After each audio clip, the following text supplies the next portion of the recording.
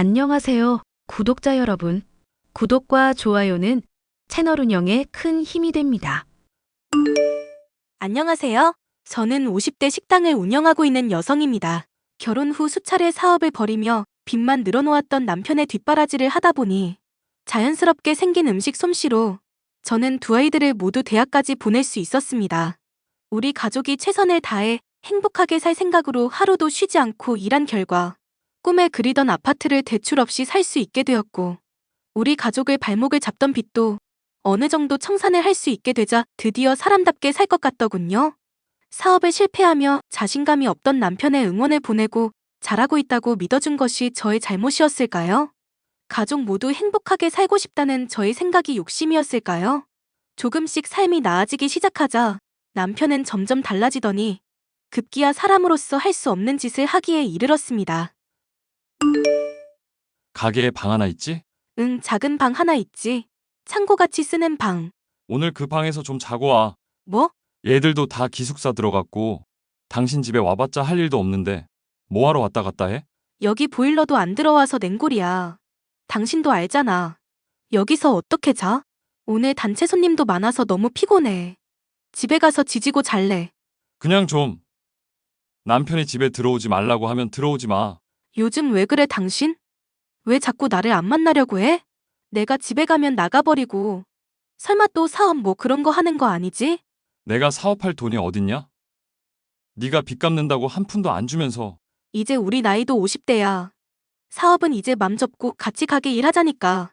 당신이 도와주면 좀 좋아? 내가 당신이랑 왜 마주치기 싫은 줄 알아? 당신 몸에서 갈비 냄새가 나서 그래. 그런데 나보고 식당을 하라고? 나 김수철이야. 뭐? 하루도 쉬지 않고 일만 하는 사람한테 그게 할 소리야 당신? 당신이 김수철이면 뭐? 우리 가족 빚에 안 쫓기고 살게 같이 노력해야 할 것 아냐? 내가 거기서 할 일이 뭐가 있어? 쪽팔리게 이 나이 먹어서 수치라도 날라야 네 직성이 풀리냐? 남자 자존심 세워줄 생각은 하지도 않고. 하여튼 오늘 집에 들어오지 마. 당신 정말 너무하네. 갈비 쩐내가 집안에서 풍기면 내가 그냥 짜증이 난다고. 얘들 있을 땐 네가 밥 해줘야 하니까 참았는데 얘들도 없는데 왜 자꾸 기어들어와? 여기 내 집이야. 내 명의로 된 내 집. 마누라가 이렇게 고생하면서 일하면 수고한다, 애쓴다 이런 말 하지는 못할 망정 어쩜 이렇게 당신은 당신만 알아? 솔직히 말해봐.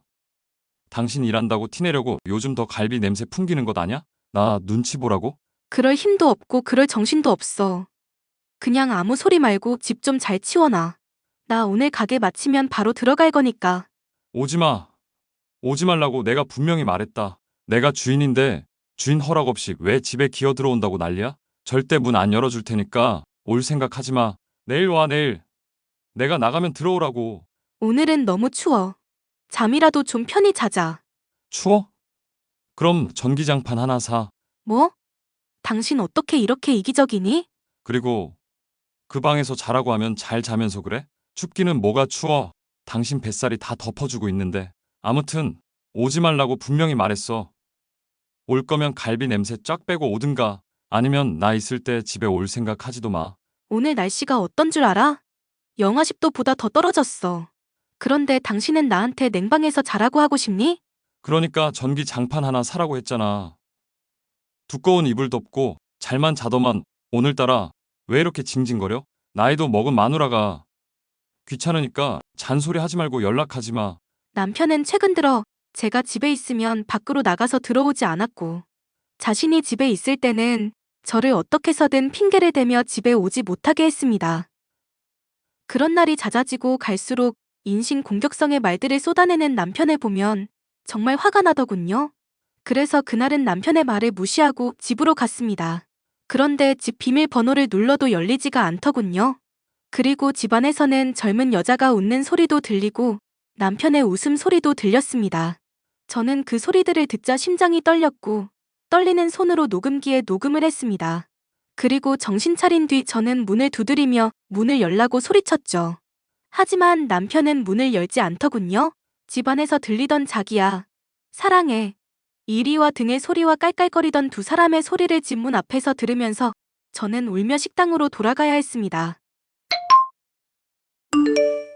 당신 어제 대체 집에서 뭔 짓을 했어? 내가 문 열라고 그렇게 두드렸는데 어떻게 문을 안 열어? 그러니까 내가 어제 집에 오지 말랬잖아. 뭐? 딴 기집애 집에 들이려고 나한테 오지 말라고 했던 거야? 내가 설마 올까 싶어서 비밀번호 바꿔놨는데 진짜로 오냐? 아우, 지긋지긋해. 어떻게 집에 딴 여자를 들여? 당신이 그러고도 사람이야? 그 여자랑 놀아나려고 나보고 냉방에서 쪼그려 자라고 했어? 당신이 어떻게 나한테 그래? 그동안 수고했어. 나도 알아. 네가 빚도 갚았다는 거. 그래서 네가 할 일 다 할 때까지 내가 기다려줬잖아. 뭐? 이제 할 일 다 끝났으니까 이제 그만 갈라서 자고. 당신 진짜 바람났구나. 아주 단단히 바람이 났어. 바람? 바람은 그저 스쳐 지나가는 거고요. 아줌마, 나 이 여자 사랑해. 이 여자만 만나면 내가 남자가 돼. 남자? 웃기고 자빠졌네. 이봐, 너같이 더럽게 억세고 상스러운 갈비집 아줌마하고는 차원이 다르다고. 너 올해 몇 살이냐? 60? 65? 얘는 30대야. 뭐? 당신이 그러고도 애들 아빠야? 애들 앞에서도 그렇게 한번 말해봐. 내가 새 각시 얻어서 새로 시작하겠다는데 애들이 뭐라고 해? 지들 키워줄 만큼 키워줬으니까 이제 부모도 부모 인생 사는 게 당연하지. 그래서 이혼하자고? 그래, 제발 이혼해줘라. 당신이 어제 안 왔으면 그래도 내가 생각해서 한 6개월은 더 같이 살아줄까 했는데 이미 아는 마당에 뭐 같이 사냐? 당신 냄새도 맡기 싫고 그 처진 뱃살도 보기 싫어. 당신만 보면 당신 가게 갈비가 떠오른다고. 당신이 돼지 같아서. 뭐? 당신 말 다 했어? 어디 할 짓이 없어서 새파랗게 어린 것한테 눈이 뒤집혀도 유분수지. 그동안 내가 얼마나 고생을 했는데. 그래서 뭐? 이혼 안 해준다고? 끝까지 물고 늘어진다고? 개자식아, 네가 사람이야? 됐고요. 이미 다 알게 됐으니까 그냥 말해줄게. 내 새각시가 아이를 가졌어요. 이 폐경기 아줌마야. 뭐? 그러니까 제발 이혼해달라고. 당신이 낳지도 못했던 아들 낳을 수 있는 여자니까 제발 좀 이혼해줘. 당신이 번 돈 당신이 다 가져. 어차피 빚 갚느라 돈 한 푼 남은 거 없을 텐데 알아서 살라고. 집은 내 명이니까 기억해두고. 바람 펴도 유분수지. 어떻게 임신을 시켜? 이 미친 거사. 너 애들한테 부끄럽지도 않냐? 애들한테 부끄러울지 몰라도 내 어머니한테는 효도했으니까 됐지. 뭐라고? 어머님도 다 알고 계신다고? 이미 몇 번 만났어. 8개월 후면 애도 나오는데 그 전에 정리해야 할 것 아냐? 빨리 당신 오시면 다 가져가줘. 내 새각시 짐 들어와야 하니까. 혹시나 했지만 차마 믿고 싶지 않았던 남편의 불륜 소식보다 더 기막힌 것은 바로 상간녀의 임신 소식이었습니다. 이런 기막힌 일이 생기고 있을 줄 꿈에도 모르고 매일같이 일만 했던 지난 날이 후회가 되고 원망이 되더군요. 내가 이혼해주면 그 두 사람은 행복하게 애 낳고 살겠구나 싶은 생각을 할 때마다 피가 거꾸로 솟았고 이혼은 절대 해주지 말아야겠다고 다짐을 했습니다. 수차례 가게로 찾아오고 전하고 문자고 이혼을 요구하는 남편에게 이혼은 안 할 거라고 애 호적에 올릴 일 없을 거라고 말했습니다. 그런데 이혼을 요구하는 남편보다 더욱 저를 힘들게 한 사람은 시어머니였습니다. 그리고 저는 시어머니의 끔찍한 태도에 정신을 차리게 되었습니다. 애미야, 너 대체 뭐 하자는 거냐? 애비가 이혼을 해달라는데도 이렇게 끝까지 안 해주는 저희가 뭐냐? 누구 좋으라고 이혼을 헤어놓고 좋으라고. 저는 절대 이혼 못해요. 내가 누구 때문에 이렇게 고생을 하면서 살았는데. 말이 나왔으니 말인데 대체 네가 뭔 고생을 했단 말이냐? 남편 뒷바라지 좀 한 거? 그거 마누라가 됐으면 응당해야 할 일이 아니냐? 뭐라고요? 응당할 일이요? 어머님 아들이 얼마나 많은 빚을 만들었는지 알기나 하세요? 그래서 뭐 부부가 같이 합심해서 갚아나가는 것이 맞지. 어머님, 그렇게 고생을 해서 빚을 없앴더니 이제 와서 딴 기집애랑 바람이 났다고요. 그것도 모자라 애까지 임신을 시켰는데 저보고 그냥 이혼을 하라고요? 네가 낳지도 못한 아들 걔가 낳아주면 나야 고맙다. 내가 너 딸 둘 낳을 때 뭐라 했냐? 셋째 낳으라고 했지. 없는 집에서 어떻게 자식을 셋이나 키워요? 어머님 아들은 집구석에서 놀고 있거나 사업으로 빚이나 지는데 어머님은 어떻게 저한테 이렇게 말을 하세요? 나는 이런 거 저런 거 모르겠고 우리 집 대가 안 끊길 수 있다니까. 괜찮다. 그리고 걔가 참 참하다. 너가 보면 알 거다. 뭐라고요? 너는 이제 그냥 할머니잖냐. 걔는 나이가 31살이랬나 32살이랬나? 아무튼 애비랑도 나이가 차이 나니 이번에 딸이어도 또 낳을 수 있지 않겠냐? 그래서 저보고 이혼해서 둘이 잘 살라고 행복이라도 빌어주라는 건가요? 왜 못해? 네가 해주면 얼마나 좋냐? 너 이렇게 이혼 싫다고 어거지 부릴 거면 애라도 호적에 올려라. 네? 옛날에는 첫째 부인, 둘째 부인 다 그랬어. 걔가 어려서 말도 잘 들을 텐데 그럼 네가 같이 데리고 살든가. 어머님, 그게 말이에요? 이혼하기 싫으면 네가 애비 새각시까지 책임을 져. 이미 너는 식당에서 살고 걔들은 아파트에서 살고 있는데 네가 어쩔 거냐? 네가 객식구야. 우긴다고 될 일이 아니라고. 정말 어머님이나 어머님 아들이나 너무 뻔뻔하네요. 어머님은 같은 여자면서 어떻게 이런 말들 아무렇지 않게 할 수가 있어요? 네가 그렇게 우리 애비가 좋다면 셋이서 살라니까. 애 낳으면 네가 좀 도와주고 하면 좋겠다.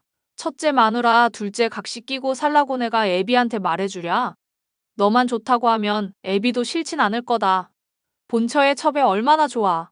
그래도 둘은 신혼이니까 당분간 네가 식당에서 살아야겠지? 어머님 이야기를 들으니까 정신이 번쩍 드네요. 그래요, 이혼해줄게요. 이혼이 뭐 어렵나요? 봐라. 네가 생각해도 그 짓은 못하겠지? 너 좋으라고 이혼하란 거지 우리 좋으려고 이혼을 하는 거냐? 애비한테 말할 테니까 얼른 이혼해라. 한 집에서 남편과 상간녀, 그리고 앞으로 태어날 상간녀의 애까지 저보고 돌보라던 시어머니의 말에 이혼을 안 해주는 것이 복수가 아니란 생각이 들더군요. 이렇게까지 저를 능멸하고 무시한 그들에게 제대로 복수를 하고 싶다는 생각이 들었고, 저는 남편과 합의 이혼을 했습니다. 그리고 합의 이혼 과정에서 상간녀와 태어날 애한테 정신 빠진 남편에게 재산권과 양육권, 친권 등에 대한 합의를 제가 작성했고, 제대로 훑어보지도 않은 남편은 늦게서야 자신이 서명한 합의성에 발등을 찍었죠.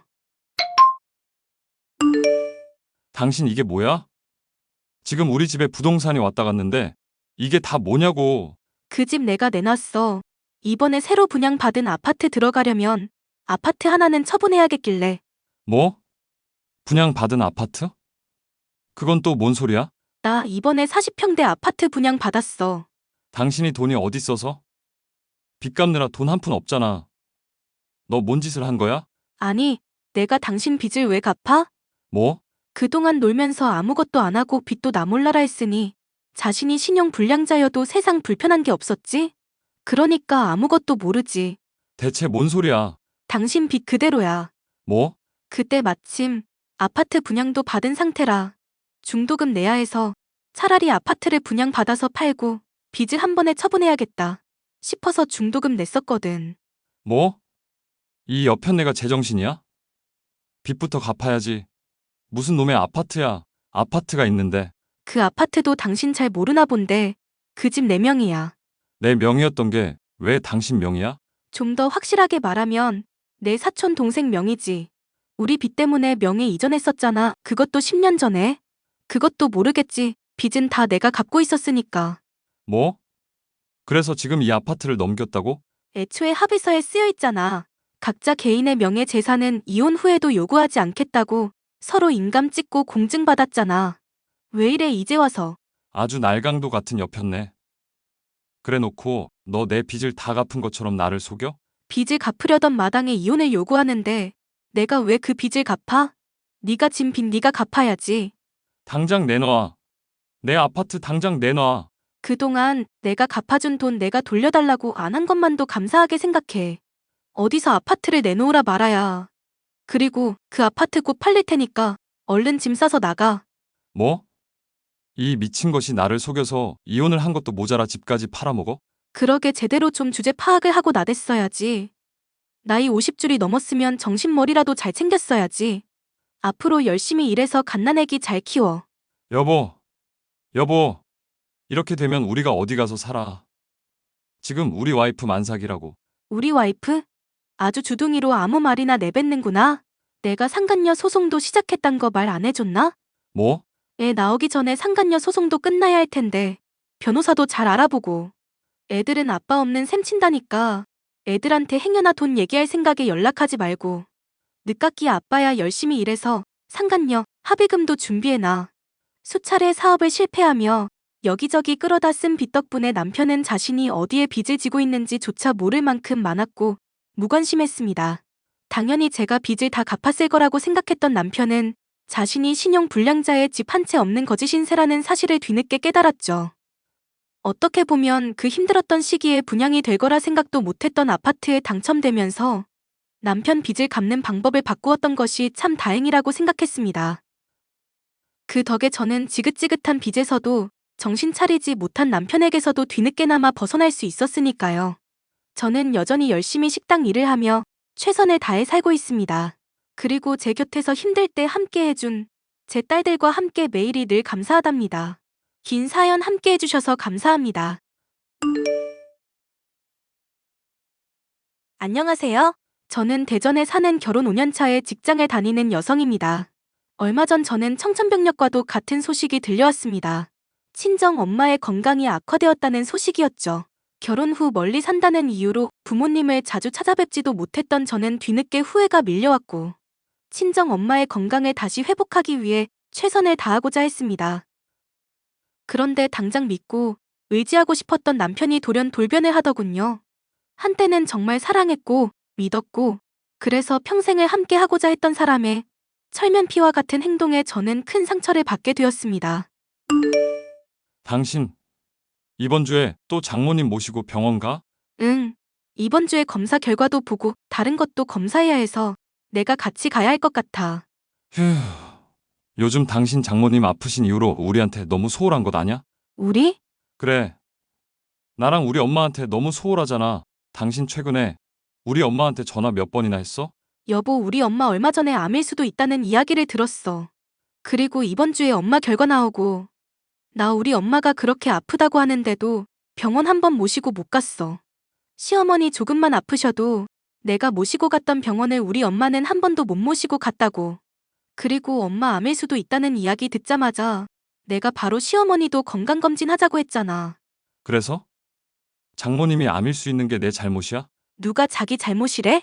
내 말은 그게 아니라 지금 내가 우리 엄마 도와드리는 거 이해해주면 안 돼? 내가 어디까지 이해를 해? 내가 이런 말 안 하려고 했는데 어제 우리 엄마 허리 다쳐서 파스 붙였어. 뭐? 허리를 얼마나 삐끗하셨으면 그 건강한 양반이 파스를 붙였겠냐고. 그런데도 지금 나한테 이해를 바라는 거야? 당신 지금 그걸 말이라고 하는 거야? 왜? 허리 삐끗한 것은 장모님이 가지고 있을 수 있는 암덩어리에 비해 아무것도 아니다 그거야? 당신 시어머니한테 그렇게 소홀하고 남편한테 소홀할 거면 차라리 친정으로 가서 살아. 어떻게 그렇게 말할 수 있어? 당신 어머니가 암이어도 나한테 그럴 수 있어? 지금 재수없게 우리 엄마가 왜 암이야? 그렇잖아도 우리 엄마 지금 머리부터 발끝까지 건강검진 해놓은 거 결과 기다리는데 재수없게? 그럼 당신 어머니도 모자라서 집안에 암 환자가 둘이나 돼야 속이 시원하겠어? 당신 어머니 몸속에 암덩이 있다고 시어머니도 암이길 바라는 사람이 어딨냐? 누가 그렇대? 말이 그렇단 소리지. 당신이 내 사정을 단 하나도 이해를 안 하잖아. 효년합셨네.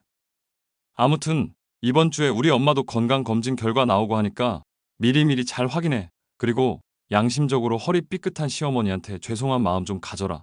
남편은 갑자기 들려온 친정 엄마의 건강 소식에 날카롭게 반응을 했습니다. 그런 남편에게 몹시 섭섭하긴 했지만 친정 엄마가 암일 수도 있다는 소식에 저는 바로 시어머니 건강검진을 진행했고 나름 며느리로서 최선을 다하고자 노력을 했습니다. 그러나 남편은 저희 사정도 친정 엄마의 건강에 대해서도 이해나 배려가 전혀 없는 태도를 보였습니다. 얘, 너 내 소식 듣긴 했냐? 네, 어머니, 안 그래도 연락드리려고 했어요. 허리는 좀 어떠세요? 내 나이가 몇이냐? 나 이제 곧 70이다. 그런 내가 허리를 얼마나 삐끗했으면 세상에 그 독한 파스를 붙이고 누워있겠냐. 많이 불편하세요? 말 같지도 않은 소리 좀 하지 마라. 당연히 불편하지. 너는 허리 안 아파봐서 모르겠지만 이게 보통 아픈 것이 아니다. 그런데 너는 코빼기도 안 비추고 뭐 하는 거냐? 그렇잖아도 오늘 퇴근하고 가려고 했어요. 내가 이렇게 연락하니까 그제야 온다고 하냐? 네가 아주 네 엄마가 아프다고 정신이 나갔구나 싶었다. 이따 저녁에 퇴근할 때 갈게요. 움직일 때 조심해서 움직이세요. 올 것도 없다. 네가 와봤자 내 속만 뒤집지. 됐고 허리 아픈 데는 장어나 소고기가 좋다고 하니까 돈이나 보내라. 허리 아프셔서 걷기도 힘드신데 병원에라도 제가 모시고 갈게요. 어차피 이번 주에 검진 결과 나오지 않냐? 그때 허리도 진료받으면 되니까 그때 네가 와라. 이번 주요? 저 이번 주에 친정 엄마 검사 결과 받으러 가야 하는데요. 예비하고 다녀오셔야 할 것 같아요. 뭐? 너 지금 시애미가 건강검진을 하고 허리를 다쳐서 걷지도 못하는 와중인데 네 엄마 결과 받는다고 나랑 같이 병원에 안 간다는 소리를 하냐? 아니, 그게 아니라요, 어머님. 니들 친정의 딸이 너 하나냐? 네 오빠도 있고 네 언니도 있고 다들 시집 장가가서 사위며 며느리도 있는데 왜 너만 그렇게 주구장창 돌보고 있냐? 처음 친정엄마 모시고 병원 갔던 것도 오빠였고요. 계속 다니면서 다른 결과들 본 것도 가족들이었어요. 이번 주에 암 결과 나온 데서 제가 가고 싶었던 거예요. 그러니까 너는 네 시애미 건강은 안중에도 없다. 그 소리냐? 어머님, 그게 아니라요. 잔말 말고 이번 주에 나랑 같이 병원 가. 그리고 네 엄마 진짜 암이 맞냐? 네? 아직 그건 확실하지 않은데 위치나 크기가 좀 가능성이 크다고 해요. 그래? 보험은 빵빵하게 들어져 있는 것 맞지? 네, 보험은 걱정 안 해도 돼요. 얼마나 들었냐?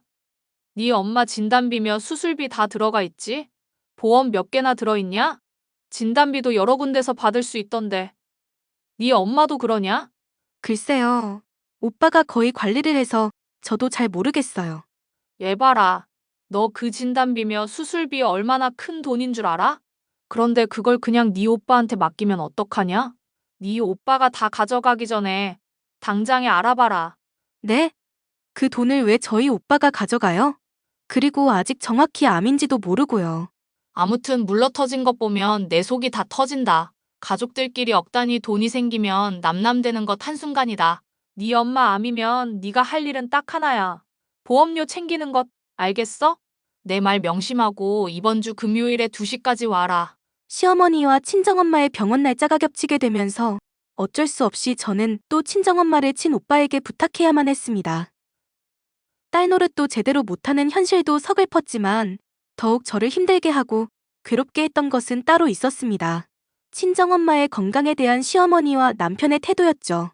친정엄마의 건강 소식을 들은 시어머니는 건강 여부에 대해서는 단 한마디도 하지 않고 오로지 보험료에 대해서만 이야기를 하시던군요.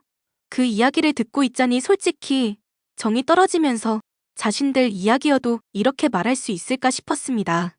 그런데 시어머니보다 더한 요구를 한 남편을 보면서 저는 소름 끼치게 치가 떨리더군요. 당신, 어머님, 암 소식 언제 나와? 내일이야? 아니, 금요일이야. 어머님 건강검진 결과도 금요일라고 해서 엄마는 오빠가 모시고 가기로 했어. 형님이? 형님 진짜 참 대단하시네. 뭐가? 평일 낮에 병원에 가는 거면 연차 쓰는 것 아냐? 그렇지. 돈이 무섭긴 무섭다. 회사 연차까지 쓰고 병원에 가고. 당신 지금 무슨 소리 하는 거야? 아니, 딱 보이잖아, 형님 하는 게. 장모님 암이면 바로 보험료 청구해서 진단비랑 받으려는 거 아냐? 내 친구 중에 보험하는 사람이 있어서 물어봤거든? 장모님이 위에 암이랬나? 위에 암 아니고 가능성이 있다고. 그래. 아무튼 그 위암이 3억에서 5억까지 진단비를 받을 수 있더만. 장모님은 얼마짜리 들어놨어?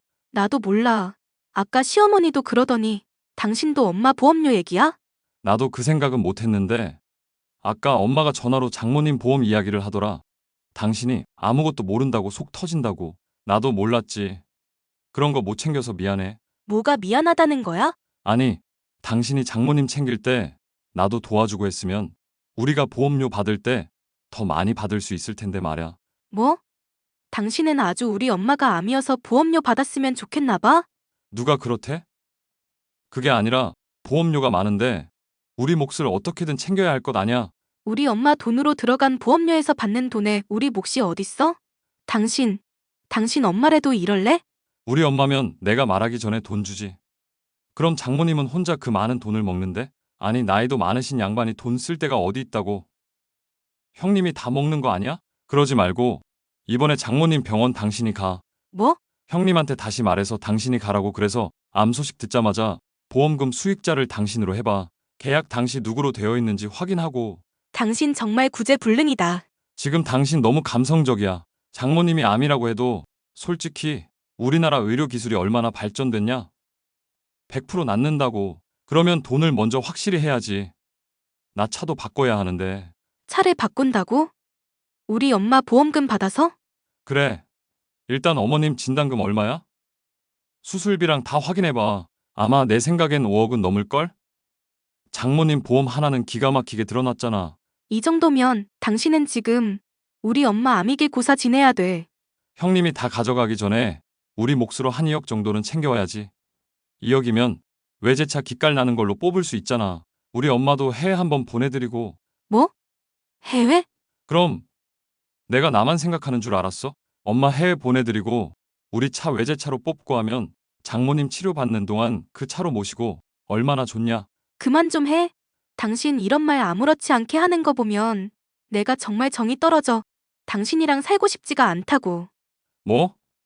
이게 나만 좋으란 거야? 당신 어머니 수술하고 항암이다 뭐다 병원 들락날락할 때 외제차 타면 얼마나 편하겠어. 당신이 나한테 차를 준다고? 당신 차키 한 번도 준 적이 없는 주제에 뻔뻔해도 어떻게 이렇게 뻔뻔하냐? 당신 엄마가 앞일에도 이렇게 나와? 우리 엄마가 왜 암이야? 얼마나 건강한데. 지 엄마가 약해서 아픈 걸 가지고 난리야. 현실적으로 따지자는 것을. 그만해. 한 번만 더 우리 엄마 보험료 소리하면 그땐 정말 끝이니까. 누가 할 소리. 장모님 암인데 내 앞으로 2억 안 가져오면 당신이야말로 쫓겨날 줄 알아. 지 엄마 모신다고 아주 시댁이고 남편이고 등한시했으면 그에 대한 보상은 해야지. 친정엄마가 암 진단을 받기도 전에 벌써부터 보험료로 외제차를 타고 자기 엄마 해외여행을 보내겠다는 남편의 말을 듣자 저는 당장에 이혼을 하고 싶더군요. 사람의 얼굴로 어떻게 이런 생각들을 하고 저한테 요구를 할 수 있는지 납득이 되지가 않았습니다. 그 후 남편과 냉랭한 관계를 유지하게 되었고 드디어 친정 엄마의 검사 결과를 오빠로부터 듣게 되었습니다. 위치와 크기 때문에 암 확률이 높았음에도 악성 종양이 아니라 양성 종양이라 단순히 수술로 제거하면 된다는 감사한 소식에 저는 눈물을 흘렸습니다. 그리고 그 자리를 함께 가지 못한 딸로서 죄스러운 마음뿐이었죠. 그러던 중 예상치 못한 소식을 듣게 되었고 저는 남편과 시모에게 똑같이 되갚아줄 수 있었습니다. 여보 장모님 결과 나왔어? 암 맞지? 혹시 전이도 됐대? 전이가 되면 암이 2개가 되는 건가? 보험료도 2개로 나눠받나? 그것도 알아봐 얼른. 뭐라고? 그게 궁금해서 연락했니? 당연하지. 보험료 제대로 확인하고 2억 꼭 가지고 와. 그러기만 하면 내가 앞으로 장모님 일로 친정에 한 달을 산다 해도 그러라고 할게. 그리고 내가 가만히 생각했는데 외제차로 병원 가는 것은 좀 그렇지? 그냥 당신 차로 다녀. 괜찮지? 그럼 괜찮지. 당신 차 언제 바꿀 거야? 역시 암이 맞구나. 내가 암일 것 같더라고. 당신 엄마 얼굴 색이 흑색이잖아. 내가 진작에 병원 모시고 가고 싶었는데 그럼 더 일찍 차 바꿀 수 있었잖아. 그래? 우리 엄마 얼굴색도 관찰을 했어? 그럼 내가 사위인데 안 그래? 그럼 나 한 1억 7천 그 정도 차로 바꿀까 하는데 어때? 1억 7천? 근데 가능하겠어? 뭐가? 유지비? 걱정 마 충분히 가능하니까. 당신도 일하는데 뭐가 걱정이야. 아니, 어머님 보험 하나밖에 안 들어서 진단금이 얼마 안 될 텐데 1억 7천만 원 감당할 수 있냐고. 뭐? 그게 무슨 소리야? 당신 어머니 암이래. 그 진단금으로 차 뽑으면 된다고. 뭐? 장난하지 말고 똑바로 말해. 무슨 소리야? 장모님 암 얘기를 하는데 무슨 우리 엄마가 나와. 우리 엄마 암 아니야. 양성이야. 그래서 간단하게 제거술만 해도 돼. 그래서 당신한테 줄 진단금이 없네? 그런데 방금 당신 어머니 암이라는 소리를 들었어. 뭐? 지난번 건강검진 때 조직 검사도 했다며. 그것도 기억을 못하니? 당신 어머니 간암이래. 간암 진단금은 얼마나 되니? 간암? 우리 엄마가? 왜? 당신 엄마가 암이라니까 그제야 뭔가 와닿니? 우리 엄마가 암일 수 있을 땐 눈 하나 깜빡 안 하더니 그래서 우리 엄마 어딨어? 어디 낀 집에 모셔다 드렸지? 간암인 엄마를 어떻게 집에 모셔? 그러고도 네가 며느리야? 네가 사위짓을 안 하는데 내가 왜 며느리 짓을 해? 나 니네 집 며느리 안 해. 뭐? 그럼 우리 엄마는 어떡하고? 누가 간병해? 네가 해야지. 여보, 왜 그래? 나한테 부탁하려고? 그럼 진단금 2억 가져와. 내가 그때는 한번 생각해볼게. 뭐? 나도 외제차 한번 타고 우리 친정엄마 해외여행 보내드려야지. 당신 장난해? 시어머니가 암인데 어떻게 그딴 소리를 해? 당신 너무 감성적이다. 우리나라 의료기술 발달됐어. 세계 최고 수준이야. 암은 당연히 낫는 거니까 진단금이라도 챙겨야지. 근데 당신 어머니 보험은 있는 거 맞아? 보험도 없으면 정말 당신 난감하겠다. 혼자 살면서 아픈 엄마 모시려면. 뭐? 그럼 내가 당신이랑 계속 살 줄 알았어? 나 당신이랑 안 살아. 내가 정말 죽고 싶을 만큼 힘들 때 당신이 한 짓을 생각하면 피가 거꾸로 솟아. 그러니까 너도 똑같이 느껴봐. 혼자서 엄마 모시면서 잘 살아보라고. 시어머니의 갑작스런 간암 진단을 듣고 저는 솔직히 혼란스러웠습니다. 하지만 병원에 가던 차 안에서 내내 저희 친정엄마가 암이어서 돈이나 주고 죽으면 자식들한테 덜 미안하겠다는 시어머니의 소리가 귓가에 맴돌더군요. 암으로 오래 자식 발목 잡고 늘어질 생각 말라고 단단히 일러두란 시어머니의 표정과 말에 저는 운전하는 내내 심장이 떨렸습니다.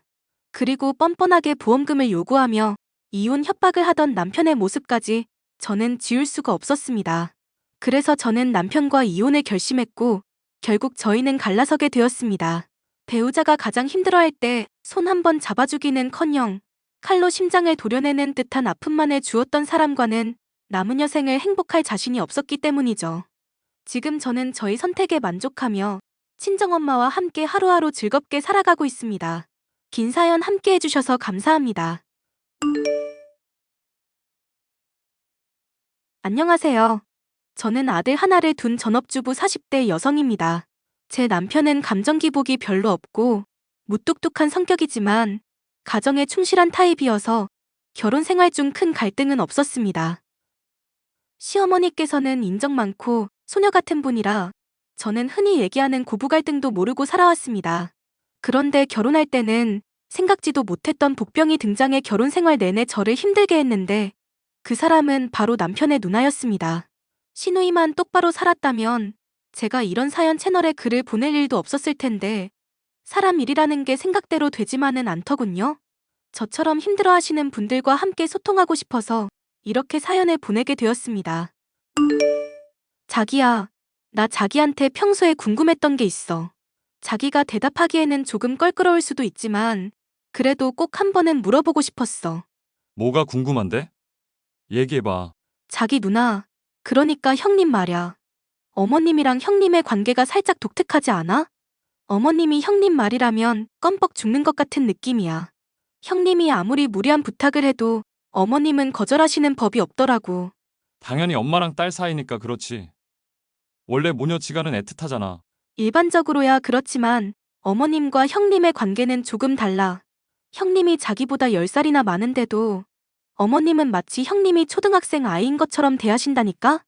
물가에 내놓은 아이처럼 어쩔 줄 몰라 하셔. 자기가 그렇게 얘기하니까 나도 솔직하게 말할게. 사실 누나는 우리 엄마의 아픈 손가락이야. 누나 태어나고 나서 집안이 너무 가난했어서 누나가 잘 먹지를 못했나 봐. 지금으로 따지자면 영양실조 상태였지.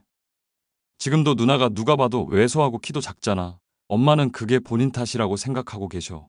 어쩐지 어머님은 형님이 밥 먹는 모습만 봐도 항상 눈가가 촉촉해지시더라고. 그런 일이 있었구나. 심지어 누나가 아직까지 결혼 안 한 것도 엄마 탓이라고 여러 번 말씀하셨어. 그게 왜 어머님 탓이야? 형님 말로는 결혼 직전까지 간 사람들도 여럿 있었는데 도저히 그런 답답한 관계를 참을 수가 없어서 파혼했다고 하셨거든. 형님이 결정한 인생인 거지. 어머님 탓은 아니잖아. 나도 그렇게 생각은 해. 그런데 엄마 입장에서는 누나가 그저 불쌍하고 안쓰러운가 봐. 나 태어나고 나서는 아버지 사업이 잘 돼서 난 잘 먹고 잘 자랐거든. 누나만 보면 항상 미안한 마음뿐이라고 말씀하셨어. 자기는 그런 말 들었을 때 안 서운했어? 어렸을 때는 그런 말 들으면 서운하기도 했는데 성인 되고 나서부터는 나도 독립적으로 살아서 별로 신경 안 썼지. 누나랑 나이 차이도 많이 나고 가까운 사이는 아니었거든. 내가 이런 말까지는 정말 조심스러운데 솔직히 형님이 아직까지도 애처럼 행동하는 면이 있는 건 어머님 탓일 수도 있겠다는 생각이 들어. 기분 울적하다고 회사 그만두고 엄마 카드 한 장 들고 유럽 여행 다녀왔다는 얘기는 정말 쇼킹했거든. 그것도 어머님한테 말 한마디 없이 카드 들고 나갔다면서? 자기가 그걸 어떻게 알고 있어? 형님이 다 말씀해 주셨는걸? 여행 중에 최고로 재밌는 여행은 남의 돈으로 하는 여행이라면서. 그때 너무너무 행복했대.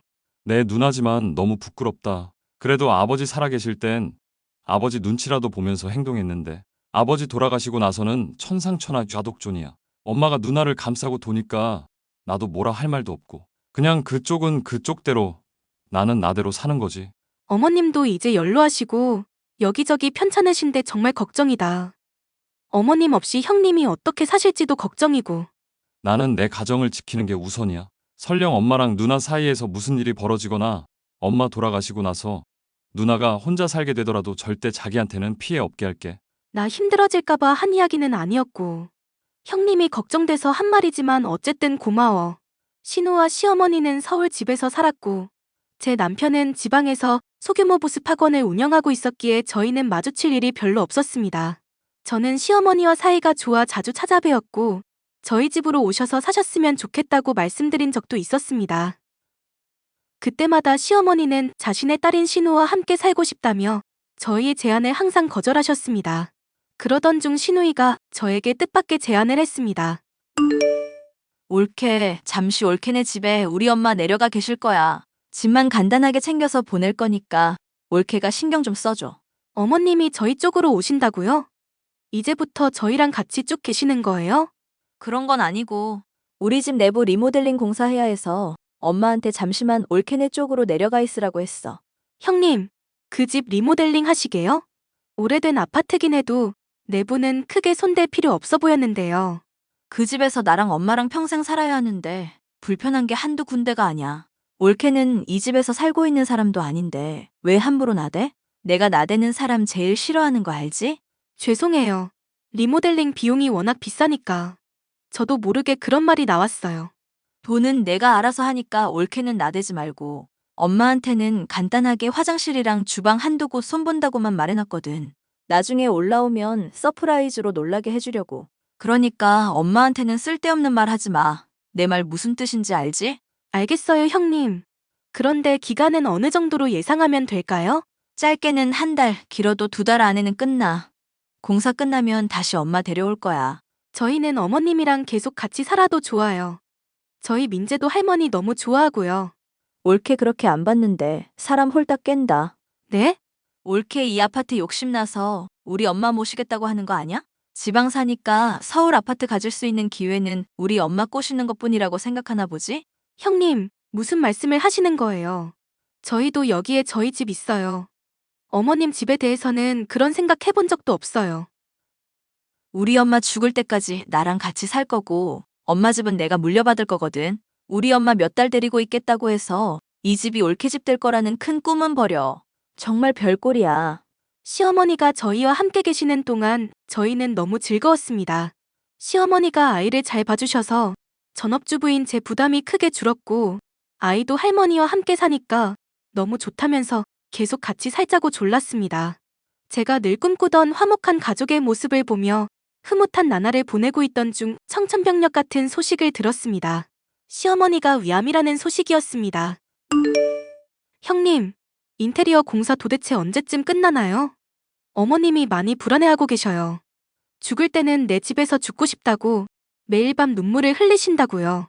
올케는 우리 엄마 죽기를 바래? 저는 어머님이 오래오래 사시기를 바라는데 어머님이 많이 힘들어하고 계신다고요. 얼른 어머님 본인 집으로 돌아가고 싶으시다면서 하루하루 기다리고 계세요.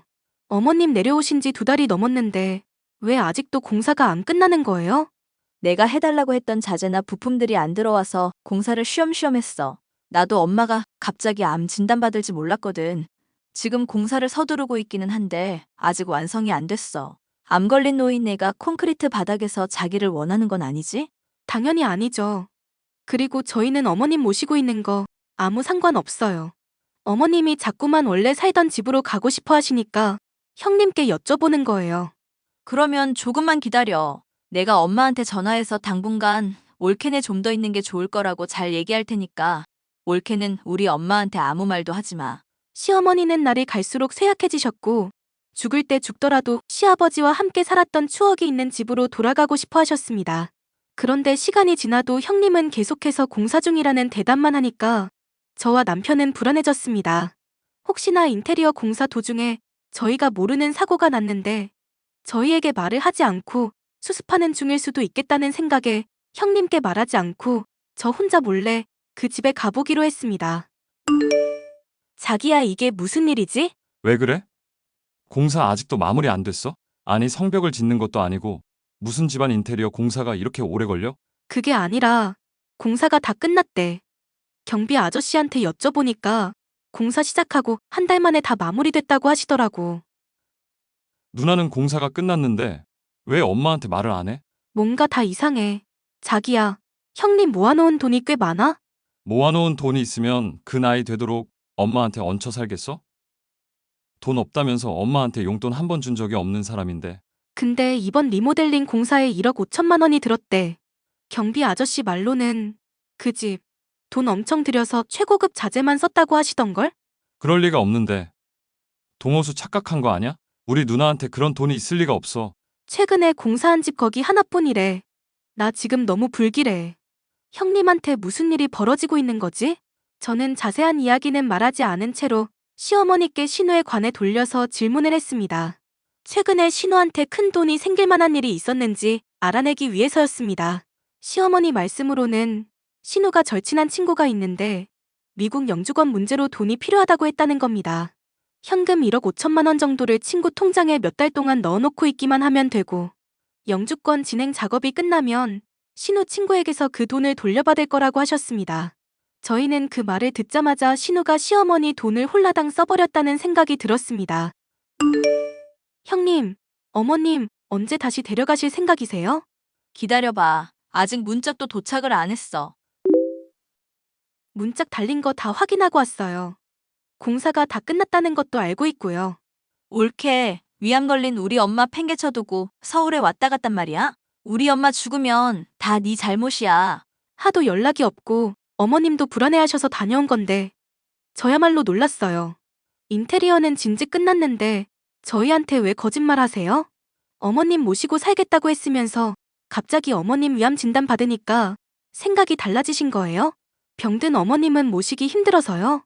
뭔 소리인지 모르겠네. 내가 부를 때까지 가만히 좀 있으라고. 심지어 인테리어 비용에 1억 5천을 쓰셨다면서요? 너 내 뒷조사하고 다니냐? 우리 엄마 모시라고 보내놨더니 네가 뭐라도 된 것 같아? 어디서 나이도 어린 게 하늘 같은 신우이한테 대들어? 형님, 어머님한테 물어봐서 이미 다 알고 있어요.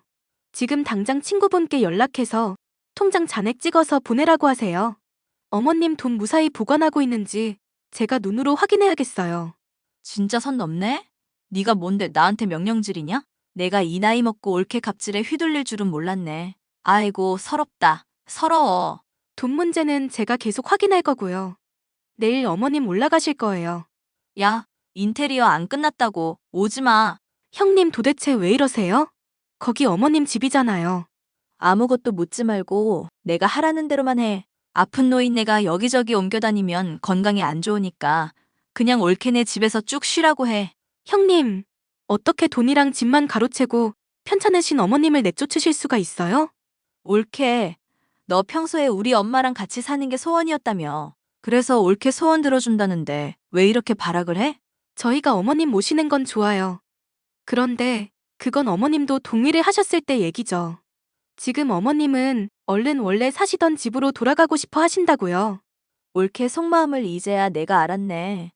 우리 엄마 병 걸리기 전에는 엄마 데려가고 싶어 하더니 암 걸리니까 올케도 내쫓고 싶은 거지? 공짜로 병간호하기가 억울해서? 혼자서 착한 척은 오지게도 하더니 이제서야 인간미가 느껴지네. 뭐라고요? 내가 인심 썼다.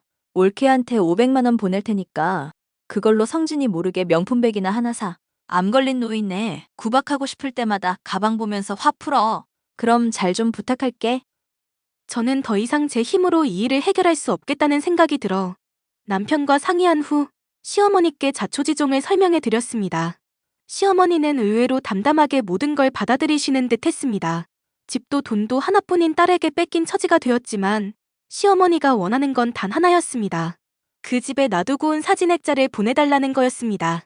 시아버지가 돌아가시기 전에 사진관에서 함께 찍은 사진인데 시어머니가 제일 아끼시는 보물 1호였습니다. 그것만 보내주면 더 이상 아무것도 바라는 게 없다고 시누이가 하고 싶은 대로 살게 놔두고 싶다고 하셨습니다. 형님, 어제 제가 보내놓은 톡 읽으셨으면서 왜 답이 없으세요? 그거 사실 버렸어.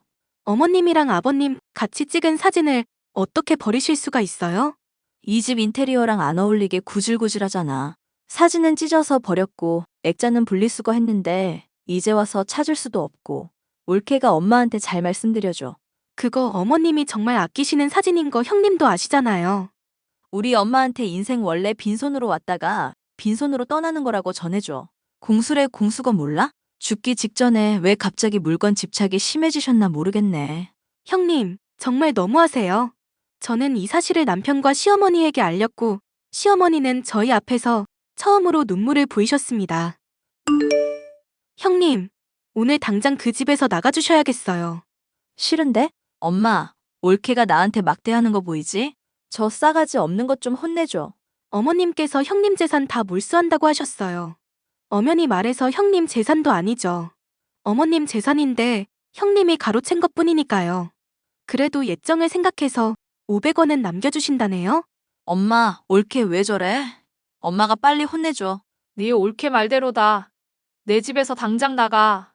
그리고 내가 빌려준 1억 5천만 원 당장 나한테 입금시키고. 엄마, 내가 다 설명할게. 돈은 인테리어 비용이 모자라서 내가 조금 썼고. 나 이 집에서 엄마랑 둘이 행복하게 살려고 했어. 내가 지금 바쁜 일이 있어서 잠시 공사 핑계 대면서 엄마 못 오게 했던 건데 그 일도 다 끝났고 내일 엄마 올라와도 돼. 형님, 곧 내용 증명 하나 갈 거예요. 집에서 나가고 대여금 반환하라는 내용이니까 그대로 실행해주세요. 엄마, 올케가 지금 나랑 엄마 사이 이간질하고 있는 거 몰라? 엄마, 나 믿지? 성희야, 내가 그동안 너한테 죄를 많이 지었다. 지금이라도 너 스스로 깨우칠 수 있게 해주는 게 부모의 역할인 것 같다. 날 원망해도 상관없어. 하지만 이미 한 결정을 되돌릴 생각은 없다. 엄마, 나 엄마 없이는 못 살아. 한 번만 용서해줘. 신우는 바로 저희가 있는 지방까지 내려와서 눈물로 사죄를 했지만 시어머니는 마음을 바꾸지 않았습니다. 시어머니는 원래 사시던 집으로 들어가셨고 신우는 갑자기 쫓겨나 지방에 있는 고시원방을 구했다고 들었습니다. 시어머니는 어차피 신우가 가져간 1억 5천만 원을 못 받을 거라고 생각해서 본인이 하늘나라로 가면 어떻게 재산 분배를 해야 하는지 유언장을 작성해 놓으셨습니다. 신우가 빌려가서 갚지 않은 돈들을 전부 차감해 신우 몫으로 돌아갈 상속재산은 굉장히 적어진 셈이죠. 현재는 제가 서울에 올라와 시어머니 병간호를 하고 있는데 시어머니께서 나날이 쇠약해지는 모습을 볼 때마다 가슴이 덜컹합니다. 이 사연을 들으시는 분들께서 저희 시어머니 오래 사시기를 기도해 주신다면 정말 감사하겠습니다. 더불어 저희 신우도 이제 정신 차리고 새 삶을 살 수 있기를 바랍니다. 제 얘기를 들어주셔서 정말 감사합니다. 안녕하세요. 저는 20대 후반 여성입니다. 저희 집은 아버지께서 IT 중소기업을 운영하고 계신데요. 워낙 어렸을 때부터 IT 분야에 관심이 많았던 저는 자연스럽게 졸업과 동시에 아버지 회사에서 일을 시작하게 되었습니다. 입사 후 회사 업무차 만났던 거래처 직원과 연애를 하게 되었는데요. 제 애인의 자기 관리는 정말 뛰어났는데 그런 모습들을 보면서 저는 어떤 일이든 해낼 것 같다는 생각이 들었습니다. 그리고 애인은 가족들과도 돈독하게 지내는 듯한 이야기를 자주 했기에 저희 가족과 비슷한 환경에서 자란 모습에 더욱 신뢰를 할 수 있었죠. 그러나 그 모든 것이 사실은 짜여진 각본이었다는 걸 알게 되기까지 오래 걸리지 않았습니다. 왜냐하면 애인의 사촌 누나가 제 아버지 회사의 직원으로 일하고 있었고 우연의 가장에 저와 애인을 억지로 만날 수 있게 이를 핑계로 자리를 만들었다는 사실을 알게 되었기 때문입니다. 저와 애인을 연결하려 했던 두 사람의 진짜 목적을 알게 된 후 저는 경악할 수밖에 없었습니다. 내 사촌 누나가 그러는데 자기 사촌 누나가 누군지 알았다며? 자기 혹시 내가 숨겨서 기분 나빴어? 아니, 기분이 나빴다기보다는 좀 당황스러웠지. 김주임님한테 몇 번 내가 자기 이야기를 했었거든. 아, 그랬어? 사촌 누나한테 뭐라고 했는데? 설마 자기 내 흉 본 것 아냐? 무슨, 내가 좋아하는 사람이 있는데 거래처라고 말했던 적이 있었거든. 그때 주임님한테 자기라고 이야기를 했는데 자기를 모른 척 하더라고. 아마 우리 누나는 자기가 내 누나라고 말하면 불편해 할까봐 그랬겠지. 그런가? 아닌 것 같은데. 뭐가 아니야? 김 주임님이 나한테 처음 자기 회사 거래처 가라고 했을 때 자기 이름 대면서 잘 해보라고 했거든. 그거야 뭐. 자기를 좋게 봤으니까 동생이랑 이어졌으면 했던 거지. 근데 막상 자기가 날 좋아한다고 하니까 뭐 솔직하게 말하기가 그랬나 봐. 우리 누나가 좀 착해. 그래? 아무튼 그런데 어제 마주쳤을 때 두 사람 다 서로 모르는 척 했어? 응? 무슨 소리야? 우리가 언제? 어제 회사 복도에서 마주쳤을 때 말이야. 내가 가니까 서로 모르는 척 했잖아. 자기가 우리 남매라는 사실을 알게 된 줄 몰랐으니까 그렇지.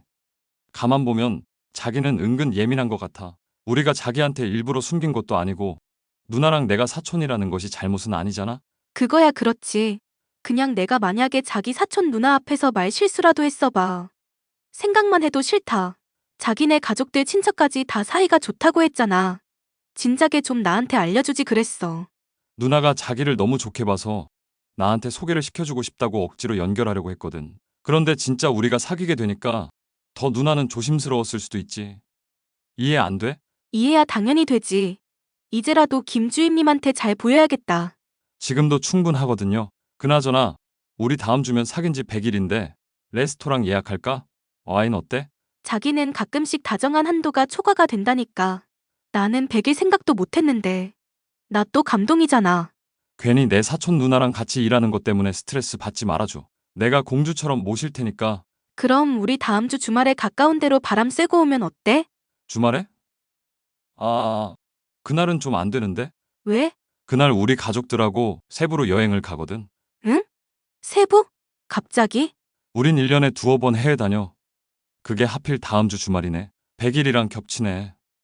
그냥 나는 빠질까? 가족들 모임인데 빠지면 안 되지. 그럼 주중에 와인 마시고 자기 여행 다녀온 뒤에 우리도 가까운데 놀러 가자. 역시 우리 자기는 마음도 넓어. 근데 자기 부모님 해외에 계시잖아? 영국이랬나? 맞아. 우리 부모님 영국에 계셔. 그래서 세부에서 만나기로 한 거야. 동생은 지금 미국에 있던가? 걔는 하도 이 나라 저 나라를 돌아다니면서 일을 하니까. 영국에서 세부로 오시려면 너무 힘드시겠는데? 그럼 부모님을 얼마 만에 보는 거야? 거의 한 5년, 6년 만에 보는 거지? 이번에 여행 가서 부모님 집이랑 강남 건물, 아버지 회사 좀 잘 정리해서 바꿀 것들 내 명의로 바꿔야겠어. 아버님이 아직 충분히 일하시는데 왜? 강남 건물 관리 실질적으로 내가 혼자 다 하는데 아버지 명의라 한 번씩 법적인 부분에서 걸리더라고. 뭐야 그런 게 어딨어? 아버님, 어머님도 이런 사이면 좋아하시지 않겠어? 뭐? 사위? 나랑 곧 결혼하려고? 그럼 내가 나이가 30이 넘었는데 설마 우리 자기랑 연애만 하겠어? 조만간 아버님이랑 뵙고 인사랑 드리고 싶어. 기왕 말 나온 김에 나 세부 가서 부모님께 자기 이야기 드리고 나도 인사드리자. 어때? 그래도 괜찮은데 우리 아직 3개월밖에 안 만났으니까 천천히 해도 될 것 같아. 자기야, 나 이제 아버지 회사로 옮길 거야. 일 배울 만큼 배웠고 아버지 회사 맡아서 하려면 정신 없을 거야. 그 전에 자기랑도 확실히 딱 정하고 싶어. 알았어, 알았어. 세부 가족 여행부터 다녀오고 우리 100일 여행도 다녀오고 그 다음에 하자고. 회사에 애인의 사촌 누나가 있었다는 사실을 알게 된 저는 미리 말하지 않았다는 사실에 조금 의아했지만 애인의 말을 들어보니 사촌 누나의 입장도 이해가 돼서 더 이상 신경을 쓰지 않았습니다. 그리고 100일을 앞둔 저와 애인은 여행을 계획했고 애인은 결혼에 대한 생각을 처음으로 밝히기도 했죠. 애인이 그만큼 나와의 관계에 있어 진지하게 생각을 하고 있다는 것을 알게 된 후 저는 부모님께 연애 중이라는 사실을 알렸고 애인에게 가족여행을 다녀온 뒤에 저희 부모님을 만나자고 했습니다. 애인은 저희 부모님을 만나자고 하자 무척이나 기뻐했고 자신이 사랑하는 여자의 부모님께도 최선을 다하고 싶다고 이야기를 하더군요.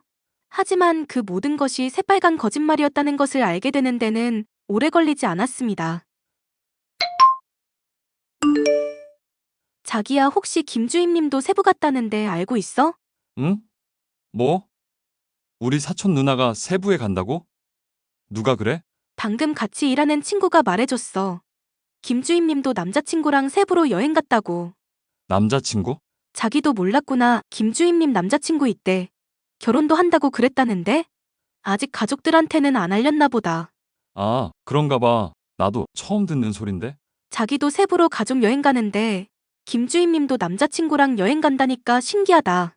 세부 작은데 만나는 것 아냐? 연락해봐. 사촌 누나 남자친구도 한번 보고. 그래야겠네. 우리 누나가 남자 보는 눈이 있나 한번 봐야겠다. 내가 한번 누나한테 연락해 볼게. 김주임님도 3박 5일로 여행 간다고 했다더라. 완전 자기 가족들하고 똑같아. 참 자기 호텔 어디라고 했지? 우리 호텔? 왜? 땡땡땡 호텔 맞지? 엊그제 거기라고 했잖아. 응, 맞아. 왜? 대박. 가족들은 뭔가 사촌이라도 통하나? 김주임님도 남자친구랑 거기 호텔 잡았대. 아니, 자기는 어떻게 그렇게 우리 사촌 누나 여행에 대해 다 알아? 나도 모르는데.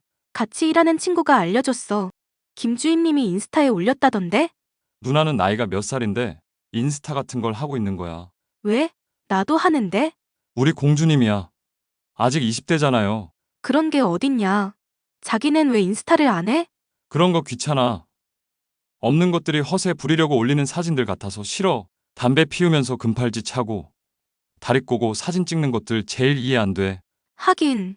나도 그런 허세는 싫어. 그리고 자기는 담배도 안 피우잖아. 인스타 같은 곳은 다 루저들이 그냥 보여주고 싶어서 발악하는 곳이라니까? 그래도 추억할 수도 있고 좋은 곳 공유도 하고 좋아. 나도 자기랑 연애한 거 사진 올리고 싶기도 한데. 내 얼굴은 스티커 붙여줘. 나는 나 모르는 사람들이 내 얼굴 보고 평가하고 말하는 거 딱 질색이야. 그래서 그냥 안 올리고 있거든요. 역시 우리 공주는 생각이 깊어. 자기야, 나 곧 출국해. 세부 도착하면 연락할게. 응, 알았어. 김주임님 만나면 남자친구랑 술 마시더라도 적당히 마시고. 좋은 사람인지도 자기가 봐주고. 그래. 가족끼리 여행을 간다던 남자친구와 공교롭게도 사촌 누나의 여행지와 호텔까지 갔다는 사실을 알게 되었습니다. 그때까지만 해도 동남아 여행지나 호텔이 다 비슷하기 때문에 가능한 일이라고 대수롭지 않게 여겼습니다. 하지만 이 모든 것이 저만 모르는 두 사람의 은밀한 관계의 연속이라는 것을 알게 되면서 모든 것이 무너지고 말았습니다. 야, 대박 김주임님 방금 인스타에 사진 업로드했거든? 대박이야. 완전 좋아. 너도 나중에 네 남친이랑 여행 가. 내 남친도 거기로 여행 갔다니까. 맞다. 가족 여행 갔댔지? 근데 김주임님이 간 호텔은 가족 단위보다 연인, 허니문으로 더 많이 선호하는 호텔이라던데? 호텔이 뭐 다 거기서 거기지. 그런 게 어딨냐? 아니, 여기 호텔이 허니문일 때 엄청 서비스가 좋기로 유명하대. 그래? 얼마나 좋은데? 봐봐. 김주임님 인스타에서 내가 가고 싶어서 스샷 찍어놨거든. 보내줄게. 와, 여기 진짜 좋다. 대박. 김주임님 몸매도 장난 아니네. 그치? 남친 얼굴도 보인다. 뭐? 어디? 호텔룸 거울샷 봐봐. 확대하면 보여. 진짜네?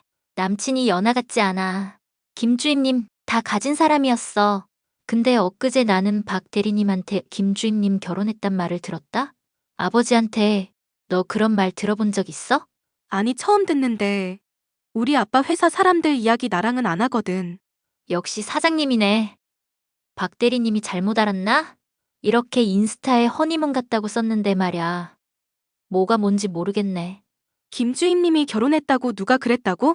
박 대리님이 지난번에 김주임님이 증명서 발급받는 거 우연히 봤는데 배우자가 있었다고 본 것 같다고 지나가는 말로 하더라고. 그래? 너 왜 그래? 아니야. 호텔이 너무 좋아서 깜짝 놀랐어. 중소기업 따님이 이렇게 호텔에 놀라도 되나요? 뭐? 나도 이런 곳은 안 가봤거든요. 남자친구랑 가, 가족들하고 갔던 곳이라 해도 애인이랑 가면 또 다르겠지. 아무튼 김주임님은 잘생긴 애인이랑 호캉스 가고 부럽다. 회사 친한 동료가 보내준 애인의 사촌 누나의 호캉스 사진에서 저는 제가 보고도 믿을 수 없는 장면을 보고야 말았습니다. 바로 속옷만 입고 담배를 피우고 있는 제 애인의 모습이었습니다.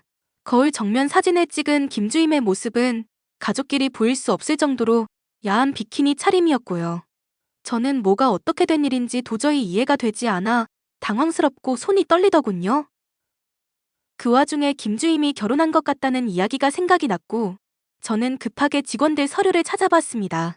그리고 김주임님의 서류에서 배우자란에 제 애인의 이름이 쓰여 있는 것을 보고 소름이 돋았습니다. 저는 친구의 도움으로 김주임의 인스타를 찾았고 결국 김주임과 제 애인의 럽스타그램까지 찾게 되었습니다.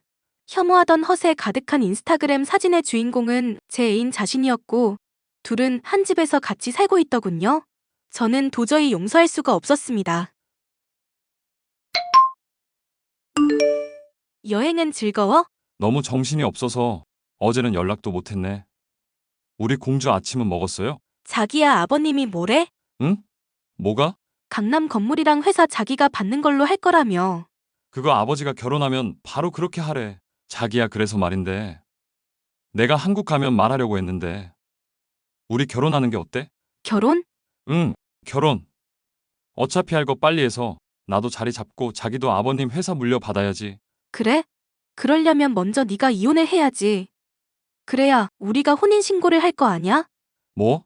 허니문은 상당히 즐거운가 봐? 김주임님 무슨 말이라도 해봐요. 아니, 예지씨 무슨 소리야? 나 지금 내 애인이랑 여행 중인데. 여기에 배우자분이 아주 허세 가득 담배 물고 있는데 둘 다 안 보여? 뭐야 이게? 무슨 소리야? 누가 보인다는 거야? 거울에 반사돼서 속옷만 입고 있는 네 남편이 거기 있잖아. 자기야, 벌써 2년 전에 결혼도 하신 두 분이 어떻게 사촌이 되셨을까? 아 진짜. 그러니까 내가 인스타 관종짓 하지 말랬지. 내가 사진 찍게 침대에서 꺼지라고 했잖아. 김주임 당신은 이미 퇴직금도 다 끌어다 썼다던데 니들 대체 뭐냐? 안 걸리게 잘 구슬렸다며? 완전 얘 탐정이네. 자기야, 어떻게 이렇게 내 뒷조사를 할 수 있어? 날 못 믿어? 이 와중에 자기란다. 야, 네 애인이 우리 사이 다 알았잖아. 언제까지 나를 속이려고 했어? 나를 가지고 니들 대체 뭐 한 거야? 강남 건물? 아버지 회사? 부모님이 영국에 계셔? 고작 원룸 단칸방에서들 사는 주제에 뭐야? 왜 이렇게 다 알아? 니들 럽스타그램에 아주 잘도 써놨던데 남편을 장가보내야 하는 슬픔? 남편이 얼른 로또 성공했으면 좋겠다? 니들 로또가 나냐? 뭐야? 야, 너 인스타 비공개로 안 바꿨어? 내가 바꾸랬잖아. 혹시 모르니까. 아, 몰라. 진짜 휴가 막날에 개 짜증나네. 김주임님, 우리 회사에 출근할 생각 마세요. 그리고 너도 네 회사에서 잘릴 거 각오해. 네가 다니는 그 회사 우리 큰아빠 회사야. 뭐라고? 그게 무슨 소리야?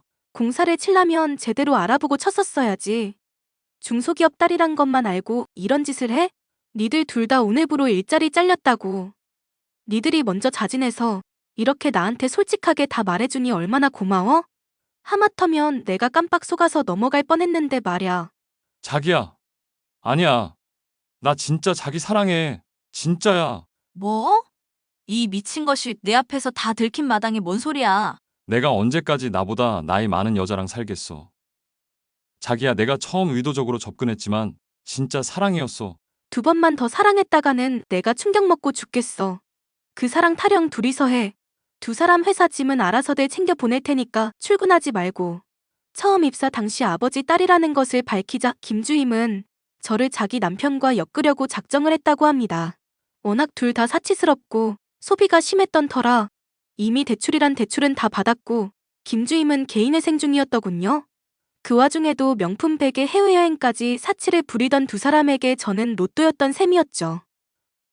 그런 두 사람의 계획에 완벽히 속았던 저는 결혼을 꿈꿨고 진짜 사랑인 줄 알았습니다. 너무나 거짓이 진실 같았던, 그래서 무엇이 진실인지 헷갈렸던 애인의 모습에 이루 말할 수 없는 좌절감을 느꼈습니다. 결국 두 사람은 모두 회사에서 퇴사를 했고 저는 두 사람에 대한 원망과 미움, 그리고 분노로부터 벗어나는데 많은 시간이 걸려야만 했습니다. 사랑을 이용해 이득을 취하려던 두 사람이 살면서 더 많은 죗값을 치르길 저는 바라고 있습니다. 긴 사연 함께 해주셔서 감사합니다. 안녕하세요. 저는 40대 초반의 직장을 다니며 딸을 키우고 있는 여성입니다.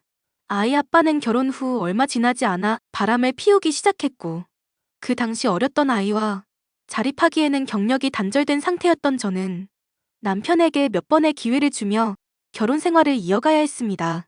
하지만 남편의 바람은 잡히지 않았고 급기야 바람을 피우는 이유까지 제 탓을 하기 시작했죠. 결국 저는 그동안 모았던 증거를 가지고 이혼 소송을 하게 되었습니다.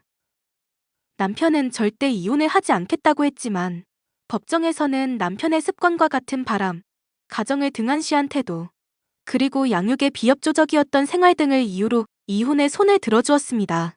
그렇게 저는 지옥 같은 결혼 생활에 종지부를 찍을 수 있었습니다.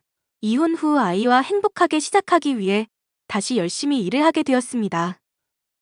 그렇게 생활하던 제가 최근에 같은 회사를 다니는 사람과 좋은 관계를 유지하게 되면서 서로 재혼을 약속하게 되었습니다. 그런데 이름만 들어도 소름 돋는 전 남편이 저의 재혼 소식에 말도 안 되는 짓을 하면서 저를 괴롭히기 시작했습니다. 내가 애한테 물어봤는데 당신 늦은 시간에 퇴근하면 애를 방치한다며? 그게 무슨 소리야? 회사 일이 늦게 끝나는 것 아닌 이상 나 우리 애 혼자 저녁 먹게 둔 적도 없어. 그렇게 애를 사랑하는 애미가 세상에 지 새끼를 데리고 딴 놈이랑 연애질을 하냐? 네가 그러고도 애 엄마야? 당신이 할 말은 아니지. 당신이 우리 딸 태어났을 때부터 밥 먹듯이 한 짓이 바로 바람이었어. 이 여자 저 여자 수시로 바꿔가며 만났던 사람이 지금 누굴 보고 그딴 소리를 해? 내가 그렇게 바람을 폈던 것은 그만큼 내가 외로웠던 거라고 했잖아. 아직도 이해가 안 돼? 그래서 지금 너는 잘했다는 거냐? 내가 뭘 잘못했는데? 네 딸 앞에서 부끄럽지도 않냐? 뭐라고? 어디 감히 우리 딸을 네 입에 함부로 올려. 당신이야말로 양육비나 주면서 말해. 아주 사진에 보면 좋은 곳도 많이 다니면서 왜 양육비는 안 보내? 너 그놈이랑 연애하면서 돈 쓸 텐데 내가 미쳤다고 너한테 양육비를 주냐? 애한테 이상한 소리 할 생각 말고 양육비 얘기할 거 아니면 연락 좀 하지 마. 내가 너 재혼 허락할 것 같아? 뭐?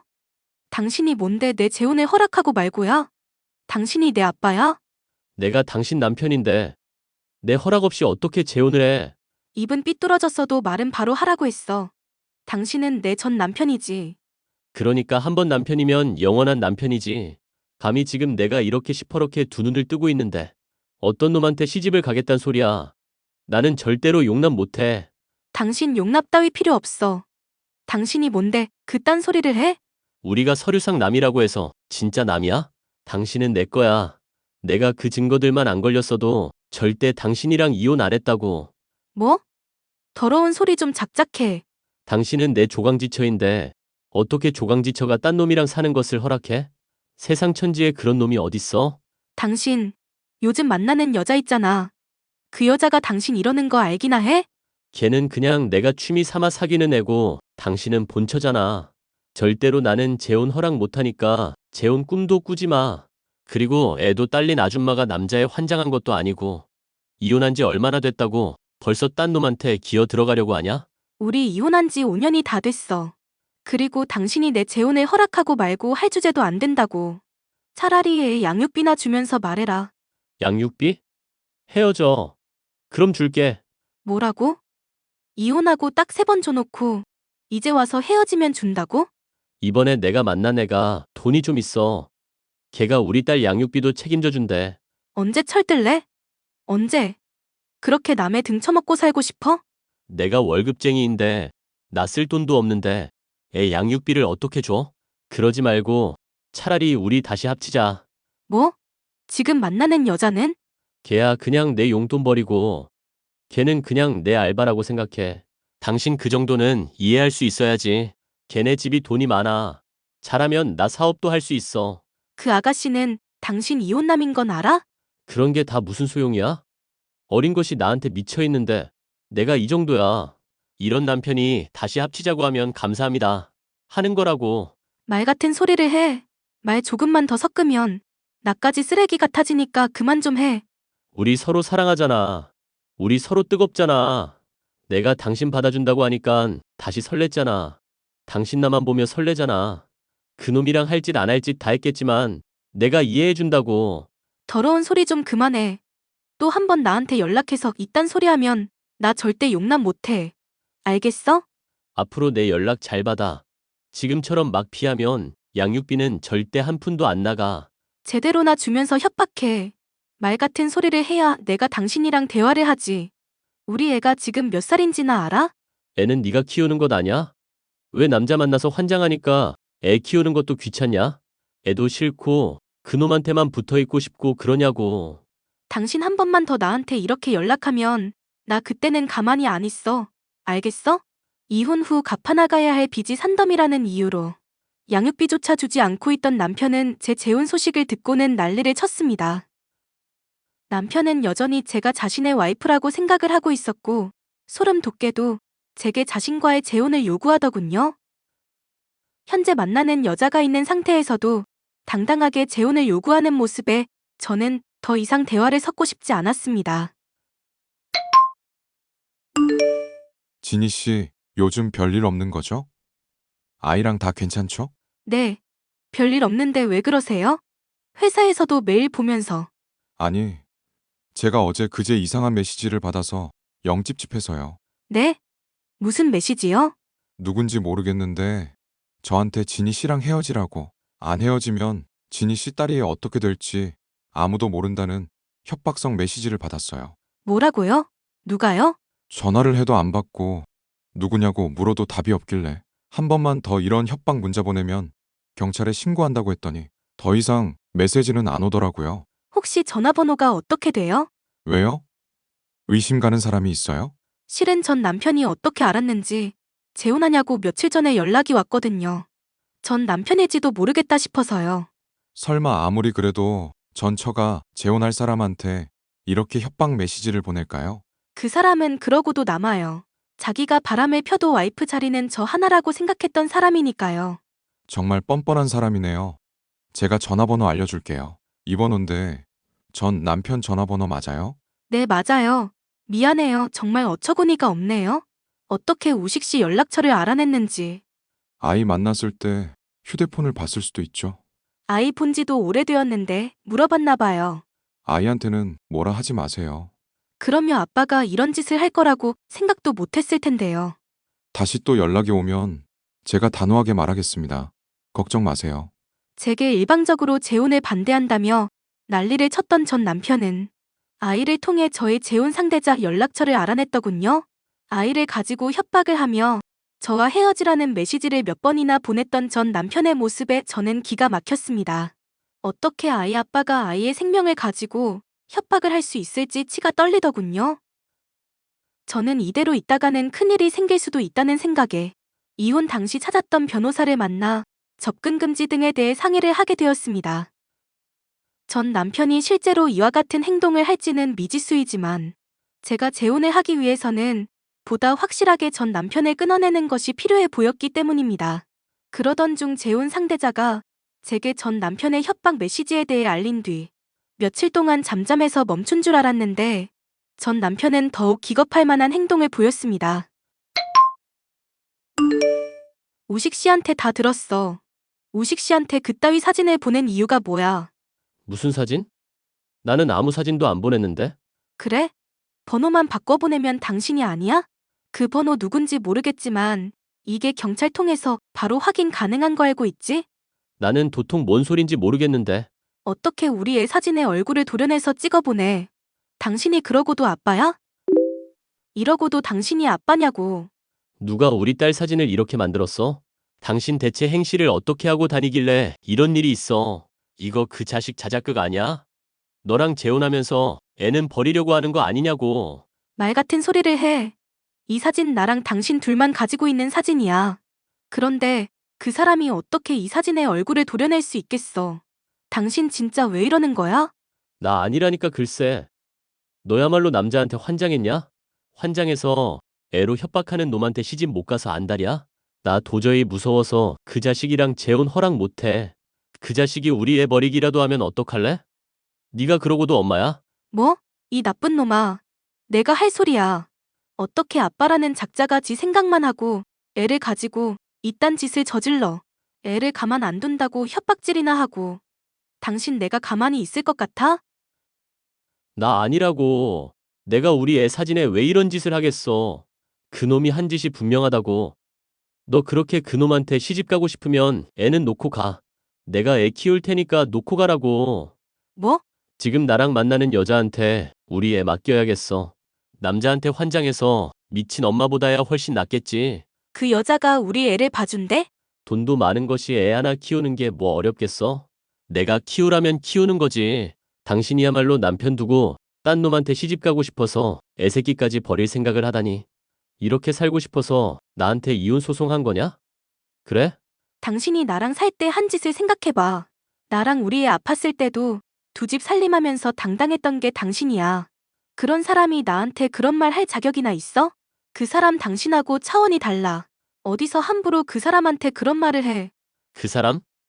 이게 감히 남편 앞에서 딴 놈 편을 들고도 당당해? 너 네 애도 키우기 싫지?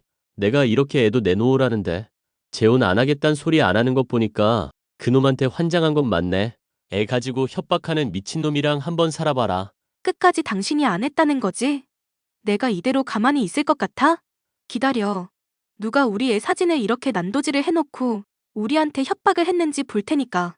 아이 얼굴을 도려낸 사진을 찍어서 보낸 사람은 남편이었습니다. 하지만 자신의 전화번호가 아니라는 이유로 오히려 저희 재혼 상대자로 몰아붙이는 뻔뻔한 태도를 보이더군요. 저는 이 모든 사실을 경찰서에 가서 신고를 했고 전화번호의 주인이 누구인지도 알게 되었습니다. 이정은 씨?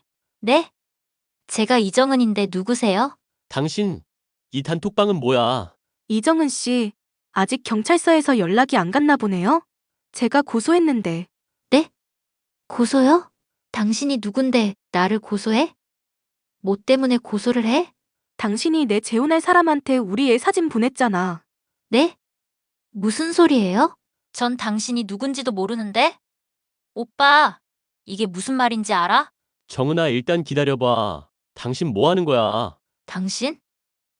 무슨 소리야? 이 여자가 왜 오빠 당신이야? 저 이 남자 전 처해요. 이 남자가 이혼남이라고 밝히지도 않았나 봐요. 나이도 젊고 돈도 많아서 우리 애도 자기가 키우라면 키울 거라던데? 네? 뭐라고요? 오빠 이혼했어? 아니야, 아니야. 아니긴. 당신한테 딸 하나 있단 것도 아니라고 할래? 딸이요?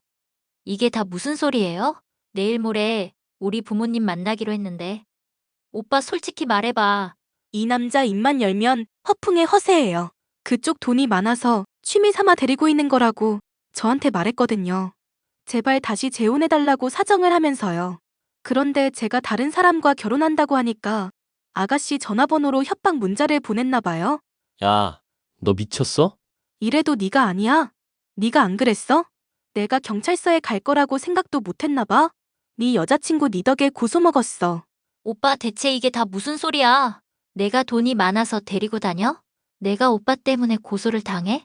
내가 한 고소 없애려면 네가 직접 경찰서 가서 자수해.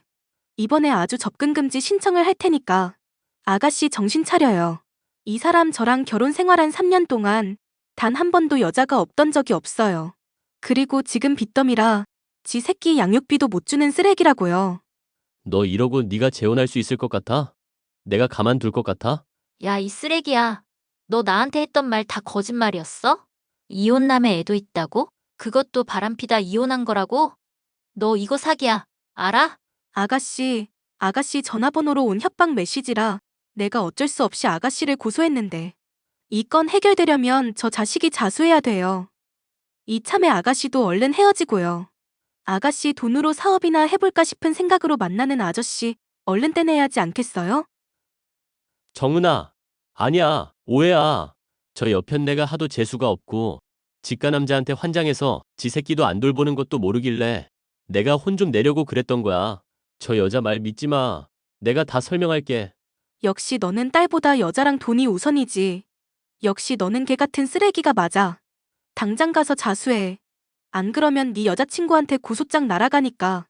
예상은 했지만 전 남편은 만나고 있던 여자에게 자신이 이혼남이란 사실조차 밝히지 않았던 상태였습니다. 전 남편에게 진실을 요구해봤자 아무런 소용이 없을 거란 걸 알았기에 저는 전 남편 애인을 고소했고 그 결과 전 남편은 자신이 한 짓임을 스스로 자수할 수밖에 없었죠. 그리고 전 남편을 상대로 저와 제 딸의 안전이 위협될 수 있기 때문에 저는 접근 금지 신청을 했고, 전 남편은 애인과 헤어진 뒤 지방으로 내려갔다고 전해 들었습니다. 저는 지금 재혼을 약속했던 사람과 결혼을 준비하고 있습니다. 아이도 안정적으로 새로운 가족에 적응을 하고 있고요. 이혼 후에도 지긋지긋하게 저를 괴롭혔던 전 남편으로부터 영원히 헤어질 수 있어서 참 다행이라고 생각하며 새롭게 완성된 저희 가족이 행복했으면 좋겠습니다. 긴 사연 함께 해주셔서 감사합니다.